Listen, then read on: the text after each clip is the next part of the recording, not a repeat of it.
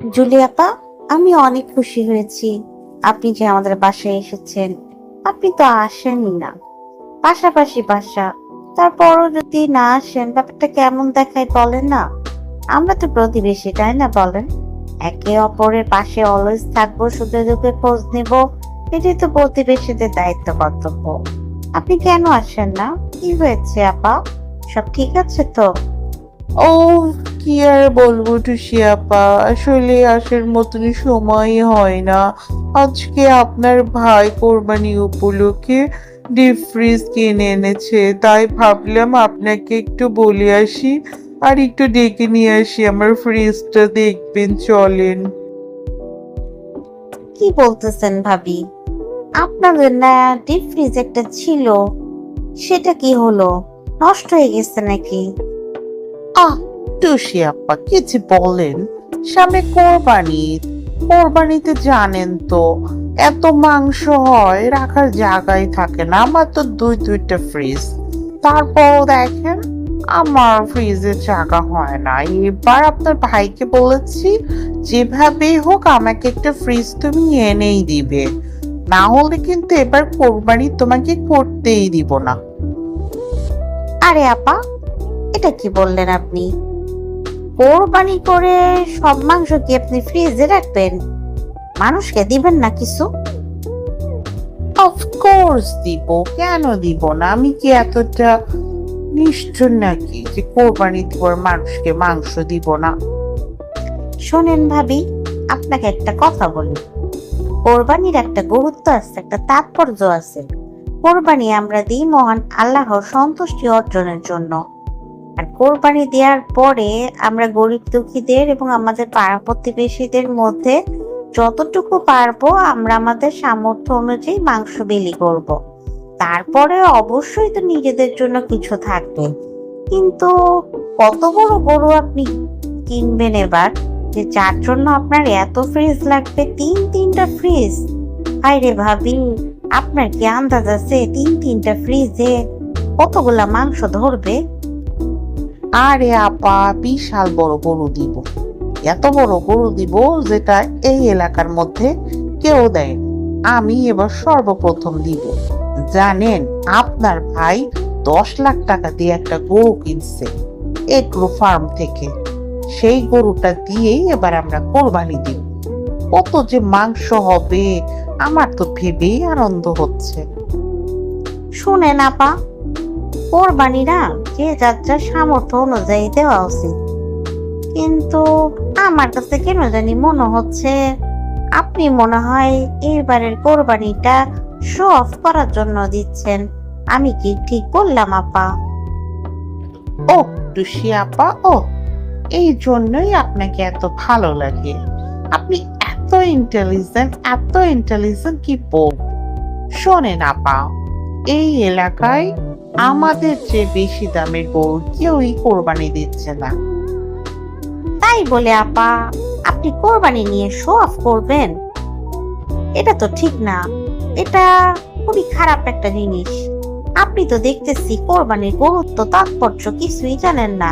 একটু হাদিস কোরআন পড়েন, বুঝছেন? হাদিস কোরআন পড়েন, পড়লে সবকিছুই জানতে পারবেন। ওহ, ছাড়ুন তো টুসি আপা, এর মধ্যে কোত্থেকে আপনি হাদিস কোরআন নিয়ে আসছেন? কোরবানি কোরবানি, যে যার যার ইচ্ছা মতন সামর্থ্য মতন দিবে। আমার হাজবেন্ডের টাকা আছে, তাই আমার হাজবেন্ড 10 লাখ টাকা দিয়ে কোরবানি দিচ্ছে। যদি মন চায় 20 লাখ টাকা তো দিতে পারতাম, কিন্তু এবার ভাবছি আর দিব না।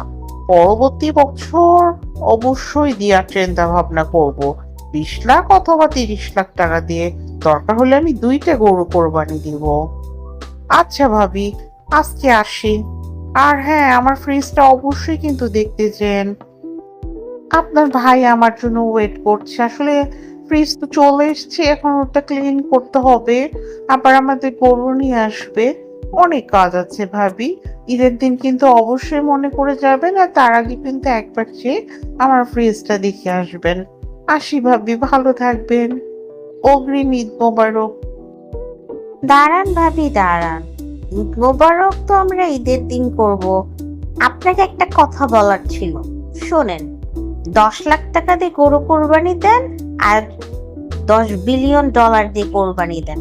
কথা সেটা না, কথা হচ্ছে আপনি গরিব দুঃখীকে পর্যাপ্ত পরিমাণে মাংস দেওয়ার চেষ্টা করবেন।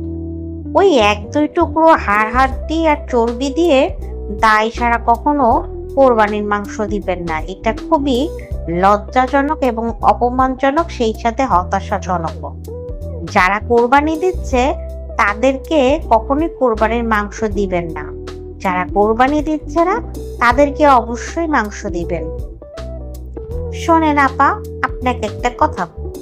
আপনি 10 লাখ টাকা দিয়ে গরু কোরবানি দেন আর 50 লক্ষ টাকা দিয়ে গরু কোরবানি দেন, কথা সেইটা না। কথা হচ্ছে কোরবানির মাংস আপনি যাদেরকে দিবেন, আপনি আপনার সাধ্য মতন পর্যাপ্ত মাংস দেওয়ার চেষ্টা করবেন, যাতে মানুষ একবেলা একটু রান্না করে খায়। এইটা ভাববেন না যে আমি দিচ্ছি আরো 5 জন দেবে, অনেক মাংস হয়ে যাবে, ওরা বিক্রি করবে।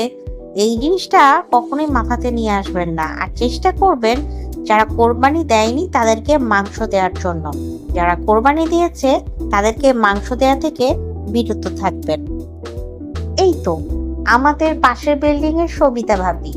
সবিতা ভাবি দেখতে শুনতে অনেক সুন্দর, কিন্তু তার মনটা হলো অনেক কুৎসিত।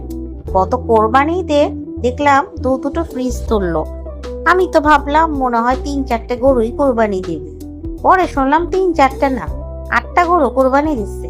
অথচ মাংস বিলি করার সময় তো তাদেরকে চোখেই পড়লো না যে কাদেরকে তারা মাংস দিল আর দিল না।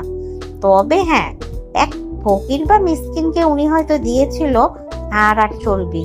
উনি তো দেখলাম নিচের থেকে অকথ্য ভাষায় গালাগাল করছে। আচ্ছা আপনিই বলেন, এইরকম এতগুলা কোরবানি দেওয়ার পরেও যদি হাড় চর্বি দেয় তো মানুষের মেজাজ ঠিক থাকে? আপনি যেন এই ধরনের কোনো কাজ করবেন না আপা। ব্যাপারটা কিন্তু খুবই নোংরাজনক আর অপমানজনকও বটে। যার যতটুকু সাধ্য আছে আমরা সেভাবে মাংস বিলি করব। আর হ্যাঁ ভাবি, আমার পাশে কোরবানির মাংস দেওয়ার কোনো প্রয়োজন নেই, কারণ আমরা কোরবানি দিচ্ছি 5-5টা ছাগল। আমাদের যতটুকু আছে আমরা মানুষকে সেভাবেই বিলি করব। অযথা আমাদেরকে মাংস দিতে আসবেন না, বরং আমাদের যে মাংসটুকু দিবেন ওইটুকু অন্য কাউকে দান করে দিয়ে, সেটাই ভালো হবে। ওহো টুসি আপা, আমি ফ্রিজ কিনেছি এই খবরটা আপনার সাথে শেয়ার করতে এসেছি। আমার সুখের কথা। কোথায় আপনি একটু আনন্দিত হবেন তা না, কোরবানি নিয়ে আমাকে যে লেকচার দিলেন তাতে তো কোরবানি দেওয়ার রুচিটাই আমার চলে গেছে। আচ্ছা আপা, আজকে আসি, পরে আবার কথা হবে আপনার সাথে। ভালো থাকবেন।